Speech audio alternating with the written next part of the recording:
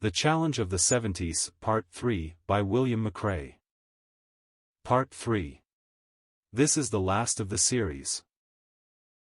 The challenge of the 70's must not only be faced by dedicating our lives in an unconditional surrender to the Lord, and met in the power of a Spirit-filled life, but it must also be accepted by redeeming the time. Following his speech at the Democratic Convention of 1806, a speech that made him 3 times the candidate of his party for the presidency, a friend said to William Jennings Bryan, "I suppose that many times before you had made just as able a speech as that and it was never remembered." "Yes," he said, "I suppose that is true, but that convention was my opportunity and I made the most of it." Then he was silent for a moment as his great head rested against the cushion of the taxicab and the light of reminiscence and retrospect came into his eyes. After a moment he broke the silence with these words, "And that's about all we do in this world, lose or use our opportunities." This tells the story of our life. We face a world that is as laden with ripe opportunities as a fruit tree with apples in early fall. Harold Linsell, editor of Christianity Today, recently said, "It is an exciting time in which to live. Today may be the greatest opportunity for evangelical witness and advance if we seize the initiative and move forward boldly and unitedly. More than 1/2 of the people who have ever lived on earth are alive today. Yet the evidence is irrefutable.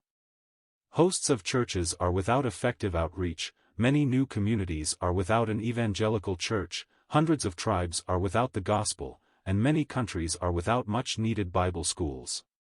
It is still a fact that for every 1 person converted to Christianity, 2 are converted to Catholicism, 5 to Islam and 9 to communism."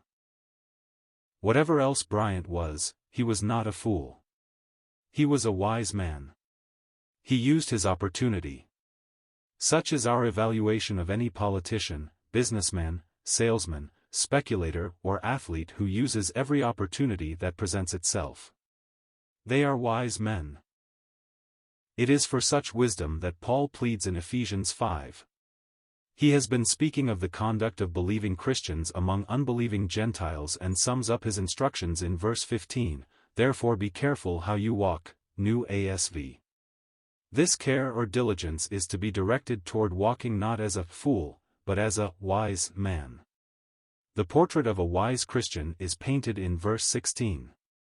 The course he follows is stated in the first phrase. 1. The course. He redeems the time. This is the course a wise Christian will follow. The time is an opportunity.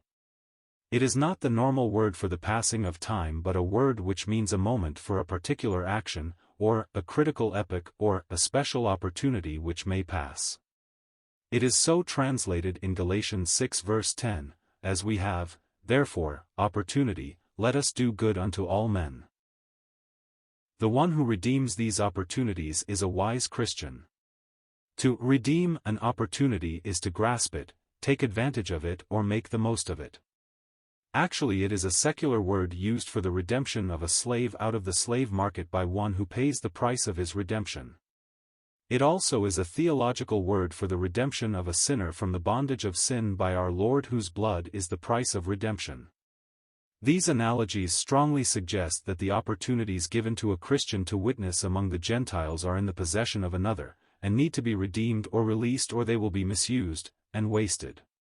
Jerome suggested they are in the hands of evil men. Calvin thought they are in the grasp of Satan. In view of 1 John 5 verse 19 and 2 Corinthians 4 verse 4, perhaps it is safest to say they are in the control of both Satan and evil men and must be redeemed. Often they are opportunities to speak for our Lord. The story of Acts is the story of wise men, redeeming opportunities to speak. When the apostles were asked, "What does this mean?" Peter grasped the opportunity to preach his great sermon of Acts 2. Thousands were converted and he redeemed the opportunity from the grasp of evil men. When Stephen was asked, "Are these things so?" Acts 7 verse 1, he redeemed the opportunity from the grasp of evil men and spoke such a word that Saul never recovered. In the synagogue the ruler said to Paul and his company, ye men and brethren, if you have any word of exhortation for the people, say on, Acts 13 verse 15. Paul redeemed the opportunity here as he did on Mars Hill, Acts 17 verse 19, and before Agrippa, Acts 26 verse 1. That is a wise man. He takes advantage of every opportunity to speak for the Lord. By doing so he releases that moment from the grasp of Satan and his followers who are intent upon abusing or misusing it. More often, however, they are opportunities to live as children of light, in a dark world. Actually, it is these opportunities that are in view in Ephesians 5 verse 16, times to walk not talk. This is the theme of Ephesians 4-6, the Christian walk. The three features of the walk of children of light stated in verse 9 are goodness, righteousness and truth. The first, goodness, relates to our personal character and is in contrast to evil passions. He is a wise Christian who grasps every opportunity to walk in goodness. Joseph was such a man. When he was propositioned by Pharaoh's wife, he redeemed the opportunity from the grasp of Satan and this evil woman, by walking in goodness. The second feature, righteousness, relates to our social dealings and is in contrast to stealing, coveting, etc. She is a wise Christian who grasps every opportunity to walk righteously. Daniel did. In the midst of an ungodly society, he grasped the opportunity from the princess of Babylon by walking righteously. Under the closest scrutiny, no flaw was found. The third feature, true, relates to our obligation to self, others, and God and is in contrast to falsehood and hypocrisy. They are wise Christians who seize every opportunity to walk faithfully and sincerely. They follow in the train of Shadrach and his friends who redeemed the time from the king of Babylon by walking in truth. Their sincere behavior in refusing to bow to the image, their faithfulness to the Lord, turned the tide in that day. Did you notice that each of these men paid a price? Joseph was imprisoned, Daniel was cast into the den, the three Hebrews were cast into the fiery furnace. There is always a price to pay if an opportunity is to be redeemed. But wait a moment. Did you notice that Joseph's walk ultimately led to the physical preservation of Israel, that Daniel's walk led to Darius' acknowledgement of Jehovah, and the Hebrew trio's walk resulted in Nebuchadnezzar's acknowledgement of Jehovah as the God of heaven and earth? Do you see the point? We live in a world laden with wonderful opportunities to walk as children of light in goodness, righteousness and truthfulness. Those opportunities are under the control of the prince of this world and his subjects who seek to use them to destroy our testimony of our Lord. To be redeemed there is always a price to pay which in turn purchases victorious results for the cause of our Lord. J. Broadus used to say that opportunity was like a fleet horse that pauses for one moment by one's side. If you fail to mount him in that moment you can hear the clatter of his hoofs down the corridor of time. The opportunity is gone forever. Such is a foolish man. The wise man takes advantage of every opportunity, not only to speak, but to live a godly life. But our text continues with a phrase that gives the reason for such a course.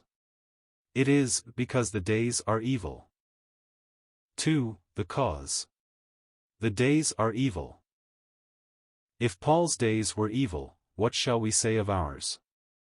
We are witnessing a frightening resurgence of demonic activity in the rise of the occult with its spiritism, palmistry, ESP, telepathy, black magic, astrology and clairvoyance.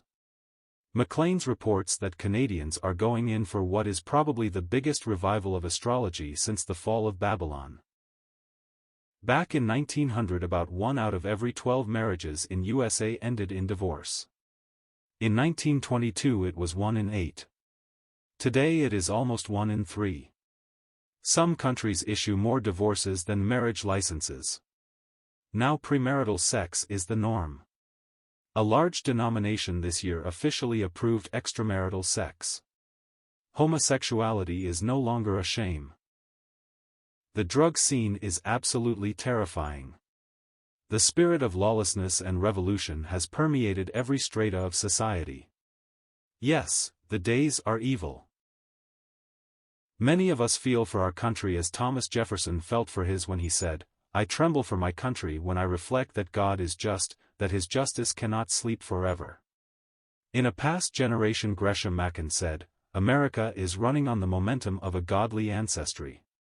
When that momentum goes, God help America." Someone recently said, "To our forefathers, the Christian faith was an experience. To our fathers, the Christian faith was an inheritance. To most of us, the Christian faith is an inconvenience. To our children, the Christian faith will be a nuisance. Because they are evil, they need to be transformed." That this is possible is established by Paul in Ephesians 5 verses 11 to 13. Here is the process whereby darkness becomes light. There are 3 stages. First, there is exposure by the light of the Christian life. Second, this makes visible or manifest the darkness. When brought into the light, the deeds of darkness wither and die. Third, the result is that whatever is made manifest is become light. Everything that becomes visible is light, New ASV. Whatever is manifested takes on the nature of light. Certainly transformation is in view here. The testimony of Christian and faithful in Vanity Fair resulted in hopeful's conversion. The unbelieving husband can be won by the chaste behavior of a wife, 1 Peter 3 verse 1. From an approximation of Babel, Geneva was changed into an anticipation of the New Jerusalem. John Knox, father of Presbyterianism, praised Geneva as the most perfect school of Christ that ever was on earth since the days of the apostles. A. G. Dickens, a contemporary British historian, observed that Geneva, as a result of Calvin's ministry, became a clean and orderly town, in which the poor, the aged and the sick were well tended and where educational opportunity became excellent. Therefore Geneva is a good example of the relationship between doctrinal proclamation and social reformation.